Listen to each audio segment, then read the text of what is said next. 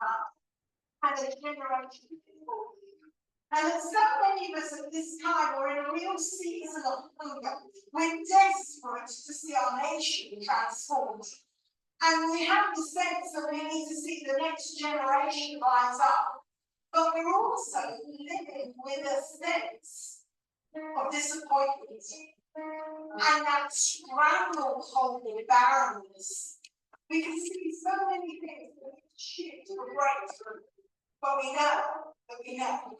But we carry a promise for it all, but we just aren't able.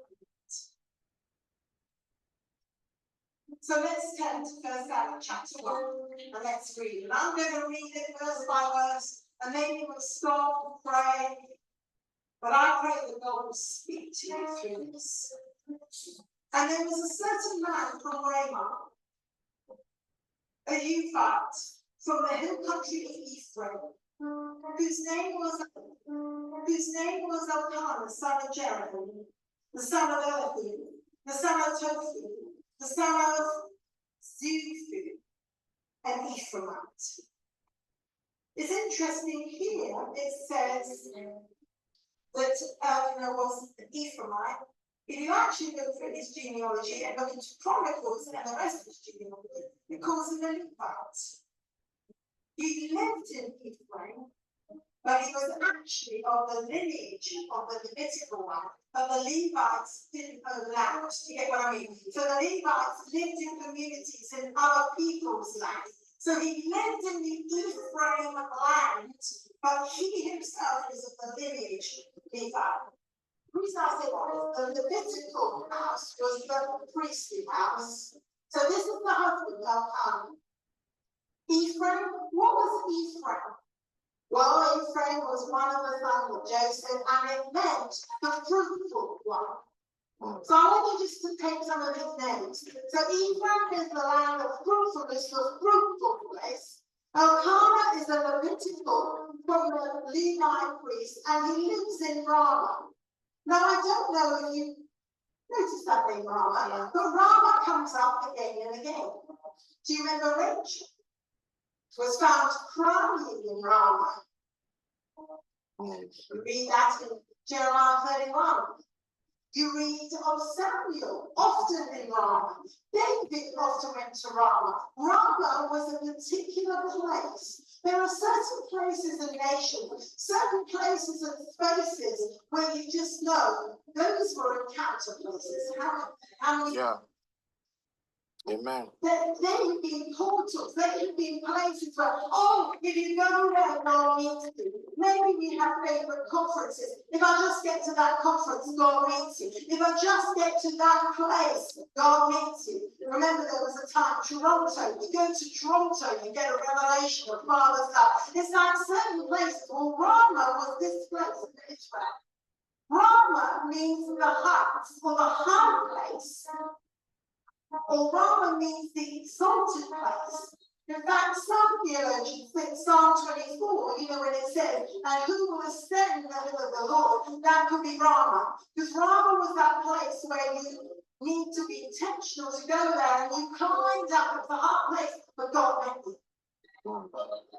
You know what I believe part of the Soul Assemblies are, is creating spaces and places where we meet God.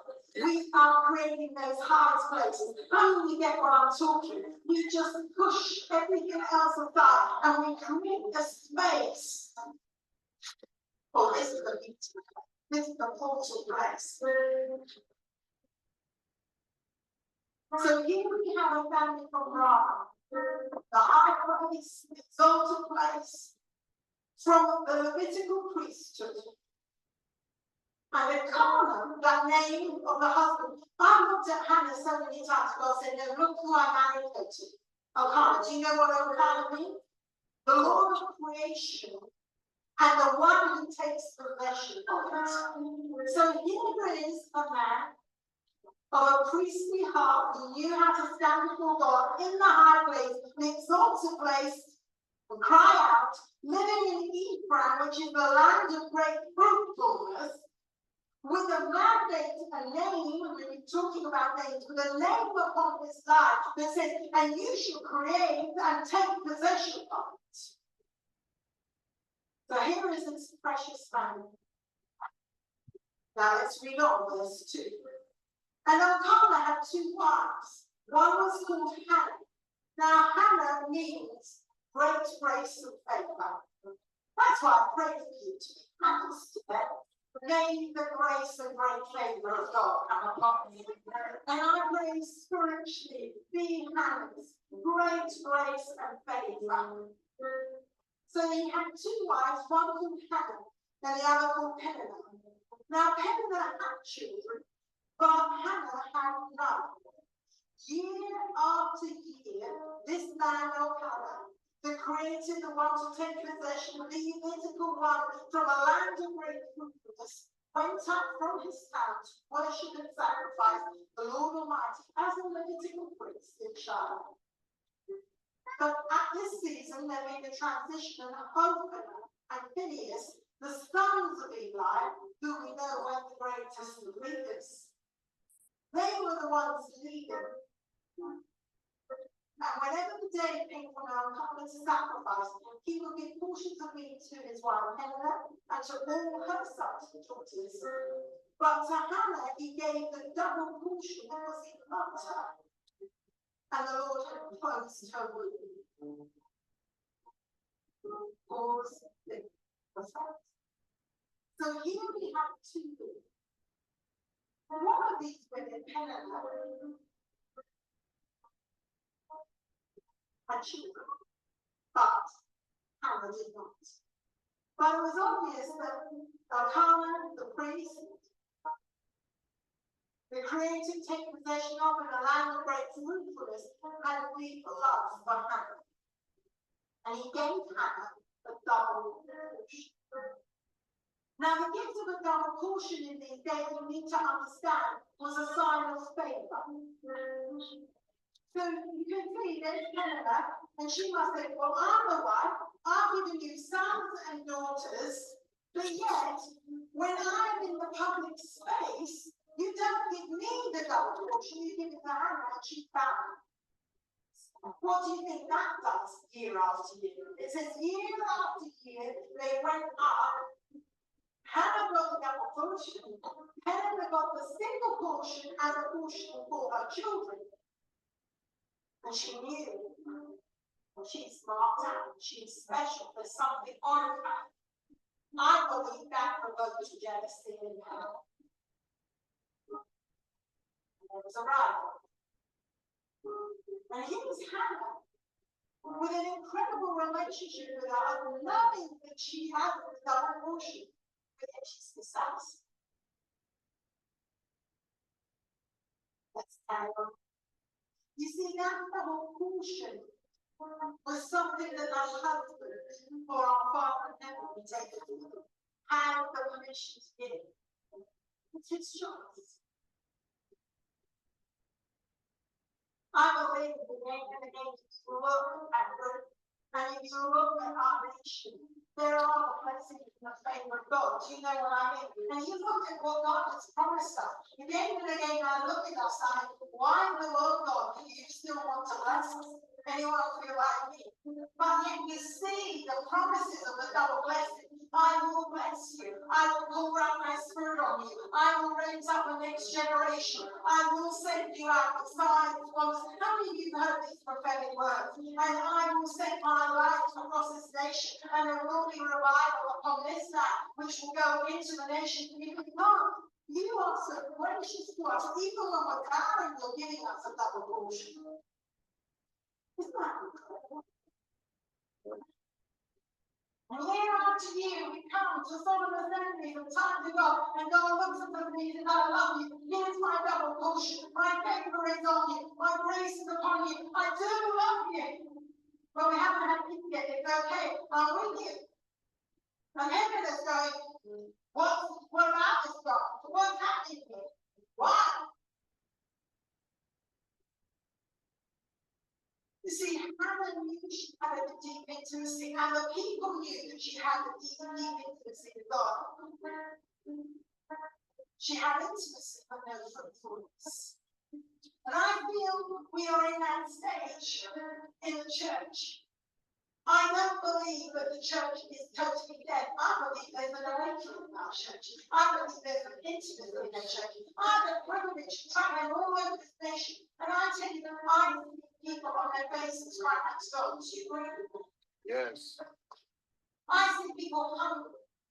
We were in Oxford in our church, in the Hillsong church, and Hillsong has all sorts of labels there, but we've been helping them because our pastor's wife died 2 years ago. And they needed help. So Gordon and I are more experienced pastors, so we've been in there helping. So Gordon was preaching Sunday morning, and he began to preach. 50 people got up out of their chairs, knelt to the front, and began weeping before God. Nobody told them. And that's not our culture. Hello? God's doing something far beyond all that we can ask. There's a flavor of God. Come on, let's look at our church. And I believe Hannah is the picture of the church. But God, we do have an intimacy with God. And we have been seeking Him. And I do believe that we have been privileged as a British nation to receive a double portion of His favor. You look at the promises of God to us here in Britain. We don't deserve them. Favor and grace is getting what we don't deserve. Yes. Do you agree with me? Yes, amen. We don't deserve it. Prophetic words, we keep coming. God keeps saying, come on, year after year, I will give you a double portion. Come on, Solomon's method. God will give you a double portion. And God does. But almost the generosity and the favor and the giving of the words and the blessings of God are stirring a frustration in us. It's sweet and sour. How many of you know what I mean? We know the double favor. We know the portion of God. We know that He's still blessing us. And we're going, yes, God, but I love that you want to give us a double portion. But now, please, can I have a baby? That's where Hannah was. And we are beginning to realize that intimacy and love and favor and grace on its own is not enough. Do you understand? And that's part of the conflict with people in the place of prayer. Because we know about it. We can think of it. I have seen people get saved. I've seen people get healed. For the first time in my life, I think, this year, I saw someone healed from a genetic DNA disease, completely clean, hallelujah. It wasn't just me praying for a group of us praying others. Favor of God, radical miracles, but it's still something that God can do. And this is where Hannah was. That she knew as we dug deeper and deeper into God, our intimacy with Him has gone up. We love Him even more, but our frustration in our marriage is actually increasing. And at the same time that this is our life, around us we see others not walking in true intimacy with God, not really doing something, but yet they seem to be having children. They seem to be getting the favor. They seem to be coming out and saying, look at me. I've got 3 sons of David. Where's your kids? Where's your girls? I just got my building given to me. I just got all the money I needed.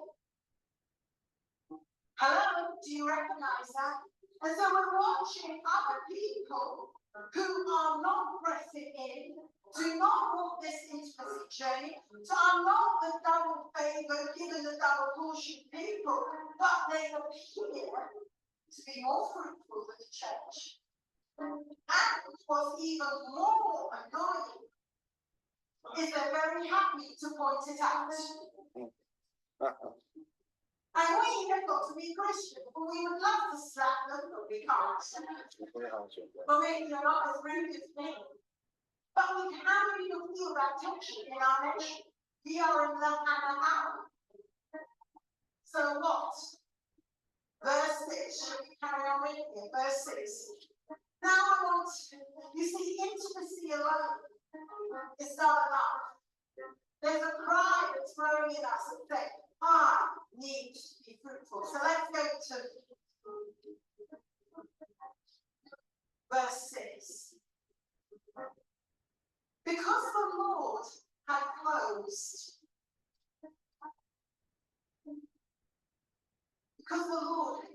Hannah's womb, her rival kept provoking her.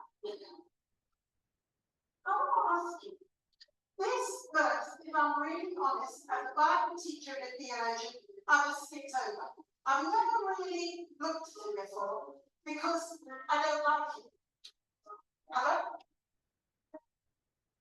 But this time God said, Rachel, you're not going to skip it. We're going to pray about this and I'm going to reveal it. So I went back to the Greek of this because the word closed Hannah's womb. That word to close could also be translated in English. The Lord had not allowed Hannah's womb to open. It's a permission thing. Now can we be to, Matthew 16, Matthew 18. But anyone who permits his permission, it shall be opened. Who anyone stops, it shall be done. Binding and loosing. How do you understand? This word here, used in the Hebrew, obviously when Jesus teaches Greek, so it's slightly different. But this Hebraic word has the same context of the passage that Jesus was teaching on binding and loosing. That we have an authority to give permission for the release of things, and we have an authority to shut up, bind up, not permit to death. So actually, a better translation said, because sometimes our translations almost go, God made Hannah barren. That is not what this says. Okay? What the actual translation is, God did not permit her womb to be opened at this time. God closed her womb for a season. And some of us understand, come on, God, don't make it hard for me. Open it. So I pray about the more. God took this to make sure you need to understand that prayer knowledge is intercession.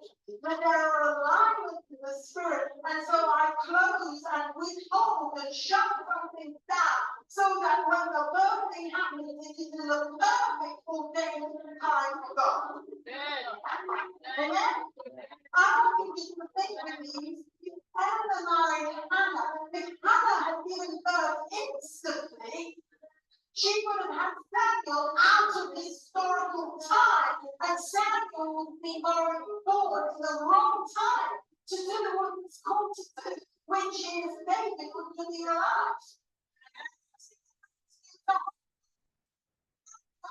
For a time, with 30 people in the historical church landscape, nation landscape, and God said, I need to just withhold this. But waiting time is never wasted time. Do you hear me?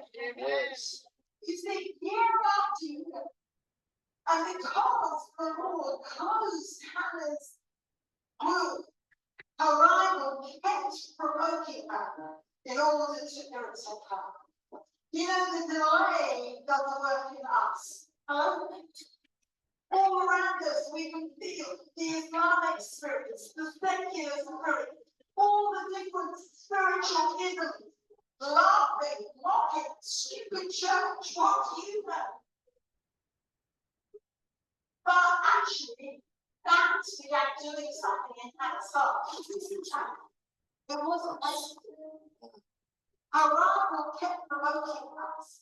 How many of you feel provoked by what is going on in the spiritual atmosphere, by what you read?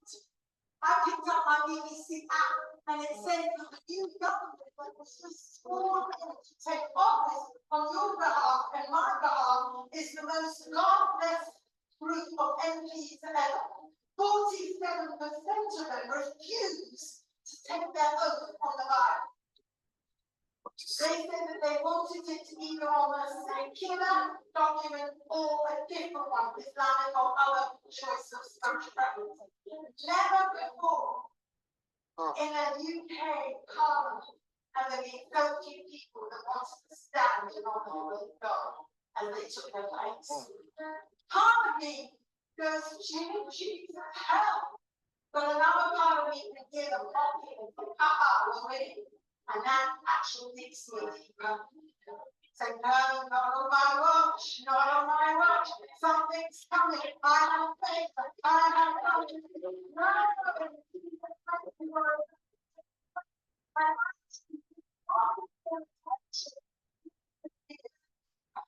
Yes.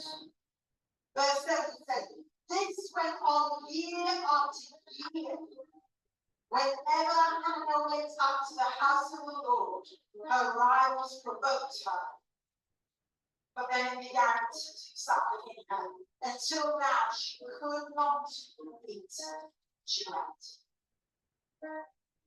So you see, I believe, and I want to say this to you, precious people, I believe that we are in a time of a catalyst time, when God is using all our circumstances and even the circumstances of the apparent unanswered prayer. God, we have knocked on the door of heaven year after year after year, believing we would have a baby, and year after year I come up to the same place and I still haven't had my childhood promise. I still haven't seen a breakthrough, but I'm still here, but I feel more provoked, I feel more mocked. But this situation in our nation is stirring with dissatisfaction in a new hunger. As long as we don't let it make us bitter. Come on.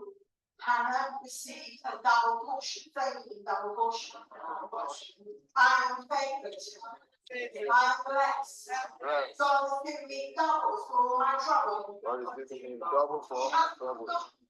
Why you forgot? Bless you, man. And you see, that was the tension. And that is our tension. Don't let the devil tell you God is forgotten. He's a liar. Yeah. God has given you double portion of favor and blessing. Just look at your life. There's always blessing in the midst of chaos. But the devil loves to be like Nineveh and focus on the one thing and make it the mountain and say, yes, but you haven't worked. Yes, but you haven't seen this. And mock you and humiliate you. But Hannah was beautiful. She was secure enough to know that her relationship with God, even though she hadn't seen the breakthrough, was genuine. Hannah was jealous and wanted to provoke and press every button and try and strip her of her security. But Hannah held. Come on, will you hold? Will you hold? They also said in verse 7, this went on year after year. Say to your friend, it's relentless. So turn to your friend and say, oh, it's relentless. And you see, that's what how many of you have been praying the same thing year after year, and it just feels a little bit relentless. I've got a word for you. Now is not a good time to give up. Now is not a good time to give up. Year after year after year after year. And the devil tells you, look, you're stupid, you keep doing that again and again. Nothing is going to happen. I want to tell you, I believe we're standing right on the edge of something about it. So what did this relentless thing do in Hannah? It stirred in her a hunger for God.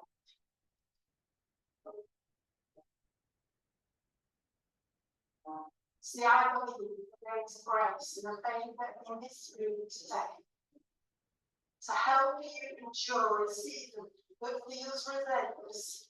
It feels like it's gone on again and again and again and again.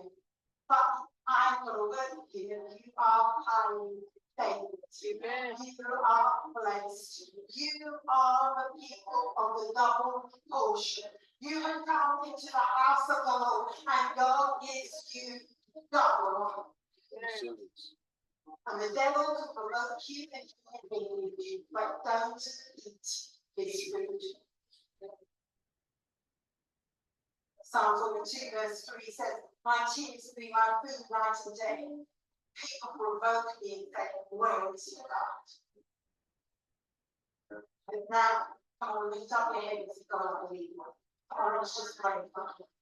Father, we just lift up our hands. Father, allow me to receive your double portion. Father, I thank you that you see us, even as we come into your house right now. You see who we are, and you take hold of us, and you receive us, and you say, I have you right now. Those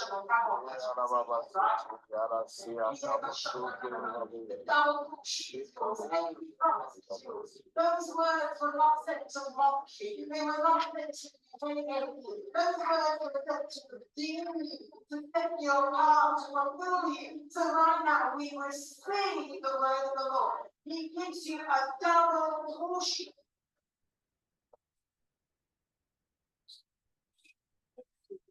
Double.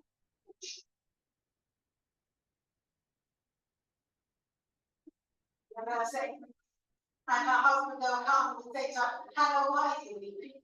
Why don't you eat? Why are you downhearted? Don't I mean more to you than 10 sons? See, there's a little bit of a shift and a pushback happening in this relationship. And I believe it's happening even in our place of prayer and intercession. It's like God is saying to us, you know I love you. You know my presence is with you. You know my favors on you. You know I'm with you. Isn't that enough? And we think, can we be with God? Actually, it isn't. And I find it fascinating. And it doesn't quite say to yourself, no. But I'll come and say, look, don't I mean more to you than 10 sons? Quiet. It's a cannibal up. Because you see, what was happening in Hannah is she had come to a place of just being in the presence of God. Intimacy alone was no longer enough. There was a cry, God, we need a breakthrough. God, I want to see your power. God, I want to see your fruitfulness come through me. You know, it's like Isaiah chapter 8, verse 18. Hannah was saying, yes, I know your favor is on me. I know you bless me. But God, I want sons and daughters. I want to be able to stand and say, here are the sons and daughters you've been given me. Signs and wonders for Israel. God, yes, I have loved this kind of presence. But I need to have a power. How many of you agree with that where we're praying? And it says, Hannah stood up. She couldn't eat. And once they had finished, verse 9, eating and drinking, Hannah stood up. It's the awakening. We can't just sit down and keep doing what we've always been doing. We might not physically or even spiritually totally asleep, but we're in the wrong position for the day. We're sitting, eating, drinking, and we're still going up to conferences and God saying, I can't do it like this anymore. Year after year, I've done the conference, I've done the thing, but I'm still barren. No, God, you've given me double favor, double favor, double favor, double favor. Now, God, I'm asking you, more. I'm hungry for more. God is always provoking, or her husband is provoking it. I believe God is provoking us. My presence should not. You haven't just been my presence. And it's like, no, God, I love your presence, but I also want to be in your power. I want to be those that carry your power. I want to be those that see your presence that works in my community. I want to see how you feel that too. Yes, God, I love your presence. I love those times of encounter.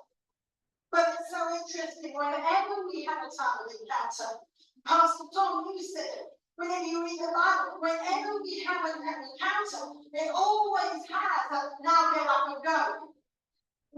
I mean, you notice that. Go! And I believe that God is liberating her frustration to find Hannah. Then she stood up. Said, I can't just sit and do this anymore. And now Eli the priest, sitting on his chair by the doorpost, said, be vanquished. Hannah cried to the Lord, weeping, and she said, oh God, I made a vow to you. I'll never do my son. I wonder if that's what God is saying to you when He's saying, wake up. He's actually asking you to change your position. And Hannah stood up. She knew that the relentlessness would be shit. She knew she couldn't just eat and drink in the normal way. She knew that she needed to pray at another level. So she went back to the house of God. She began to pray. I haven't got time to unpack every single level, but I just want to pick out a few things. Eli, who was the anointed prophet before, remember, they brought their sacrifices to Hophni and Phinehas, who were the next generation. The older generation, Eli, was there when Hannah came this time. But he could not recognize what God was doing.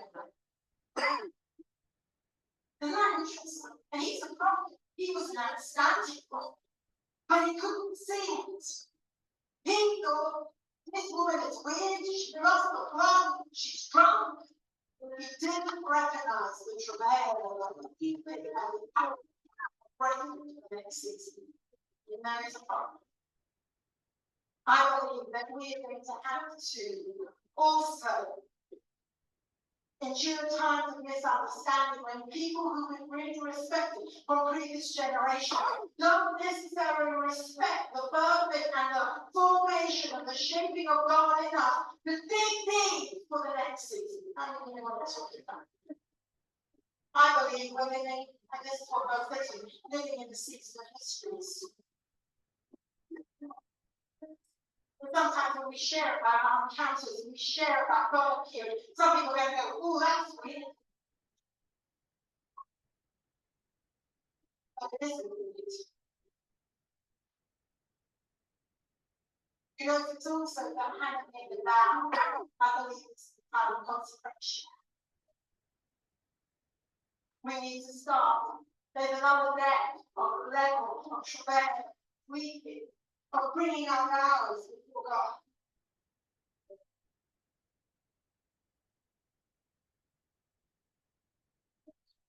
He's asked, take it. When you take it. In verse 12, there's Hannah keeps on praying. Eli says to her mouth. Hannah was praying in her heart, her lips were moving and her voice was not heard. And Eli thought she was drunk. How long are you going to stay drunk? No, my Lord. How long will you speak the trouble? I've not been teaching. I believe God's going to take us to deep places of prayer where we will get something. Amen. I will. Jeremiah 31:15, the voice of the Rama, mourning and breaking in great children, in travailing, agonizing great children. I believe there is an agonizing. I don't know how to explain it, but I think it's very personal. But I think God is taking us to another place of rest, of God. Don't leave me right back. There's a new level of desperation and intentional travailing prayer that I feel that He should burn within us. And it's not because we've done bad, it's because we've done good. Do you understand? So many times we look at our prayer, well, why is something working through our hearts and pray wrong? I want to say no. It's double bullshit. It's just God saying we pray another level. Hannah came with deep anguish of soul. Then verse 17, he realized that he was steady. He realized that go in peace, may the Lord of Israel grant you any fast. She said, let me find favor in your eyes. You know, one of the things I loved about Hannah was she didn't get bitter with Penina and God. She didn't get angry with Eli. She didn't say to Eli this morning, what the heck are you doing? I'm in you with God. I'm not drunk. She didn't react. Look at her language back to Eli. May your servant find favor in your eyes. And she went on her way. She rested. She didn't know even though stuff. That's powerful. God, we pray in our journeys of our prayer and session with Him this afternoon. Let us relax. And then I love it. She said, the word found him early in the morning, they arose to worship before the Lord. They went back to God. Elkanah made love to his wife, Hannah. And this time, the Lord remembered her. So changes all she did.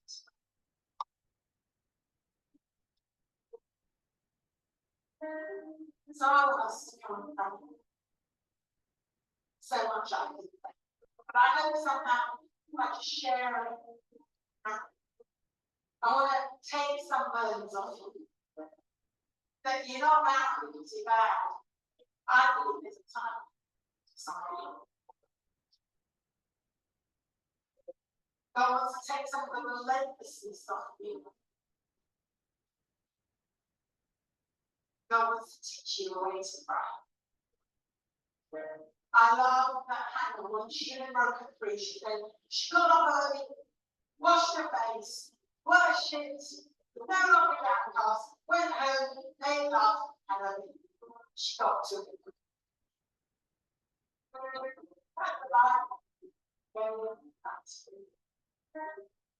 Lord,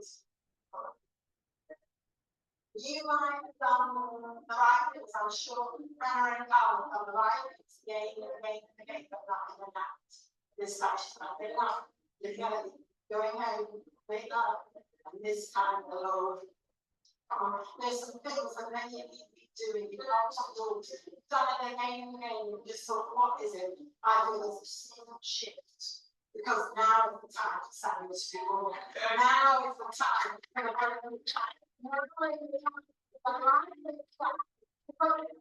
Next season, but it needs to be born because all the ducks are in a row. God has put out. Blessed be the name of the Lord. He gives, He takes away. But now, I need you to repeat, it's time to wake up. Now is the time to stand up, get from our table. So before we go, just come, let's have a time of prayer. Maybe you want to come in at the front, maybe you want to stand up, but I want you to just, first of all, receive the double portion. Receive that double portion of God. Here, just sleep. I want you to shake off your mind and I think you want to kneel down, you want to lie down. I don't mind, but I just felt God wanted to minister to you and break off the barrenness of the season. Some of you would just live without mocking. There'd be people all around in your life and saying, haha, nothing for me, nothing for me. God saying, no.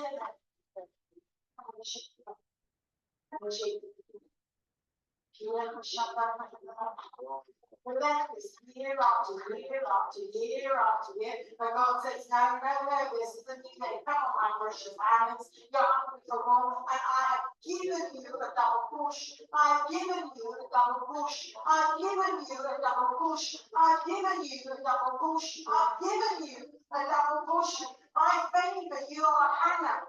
Favor and highly blessed. I've given it to you. God wants to break off your life. Well, it's because I've done it all wrong. If only I've done more of this, or if only I've done more of that. Or because actually, the Lord had shut up the wheel because He was waiting for the perfect time. And He just said, will you love me? Even in the delay, will you love me? Will you receive the double portion? Will you receive that double portion? Will you love me? Will you love me?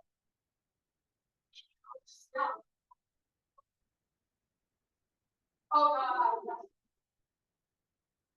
Father, I believe that today, barrenness is going to be broken. Barrenness is going to be broken.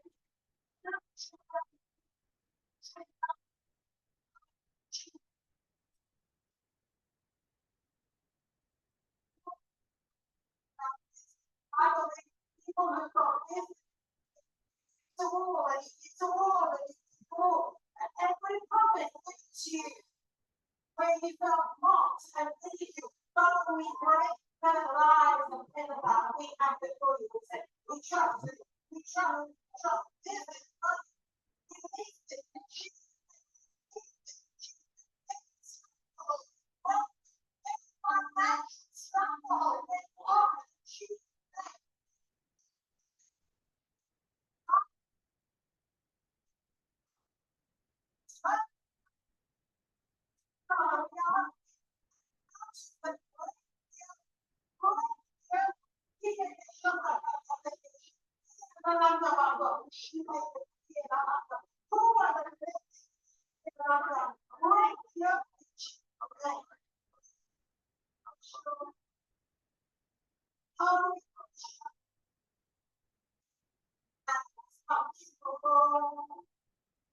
I really want to bring a live header which says you're committed to nothing, you have nothing. How we break the head of our lives. Everything that's wrong to you is that you're nothing and your life is barren. Choose nothing, do nothing, we break those lives. You're a treasured possession. My grace and favor is on you, and you shall have and do have a portion. Right now, for you will be the Lord God, we can still have portions.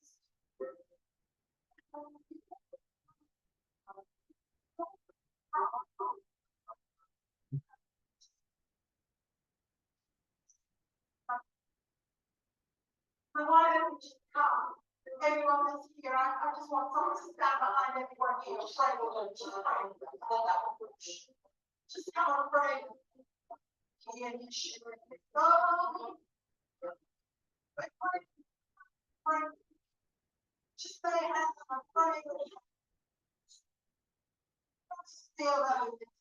We stand with them. When we pray right now, probably you will have the presence of God will stand with our hands. Today, I'll just come and stand with God.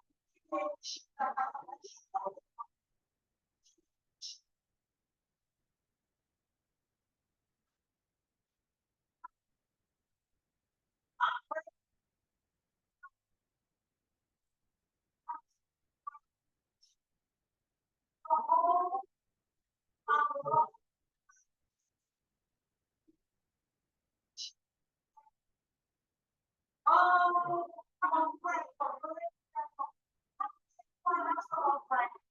Stand with them. This is the day of grace.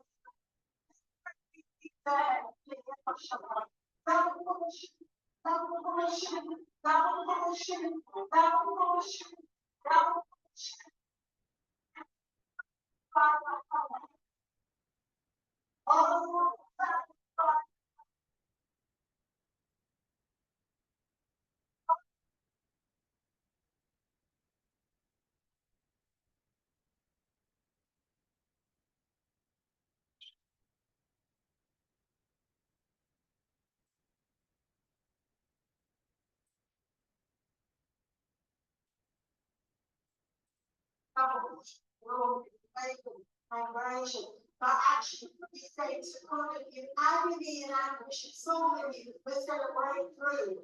So actually for us to see what we want to see in life. Teach us that prayer. Teach us the prayer about it. Teach us that prayer that is beyond words. The Eli looked at the crazy prayer that you got the power of the prayer. God, we ask you, open the womb of this nation. God, we're asking you to change the time, God, and that which has been held, shut.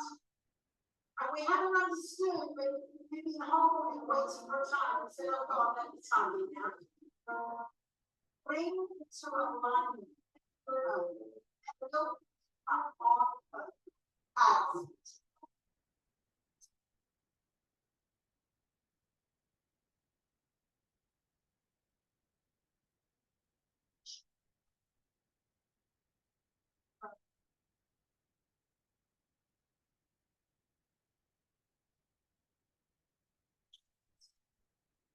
Mother, Papa,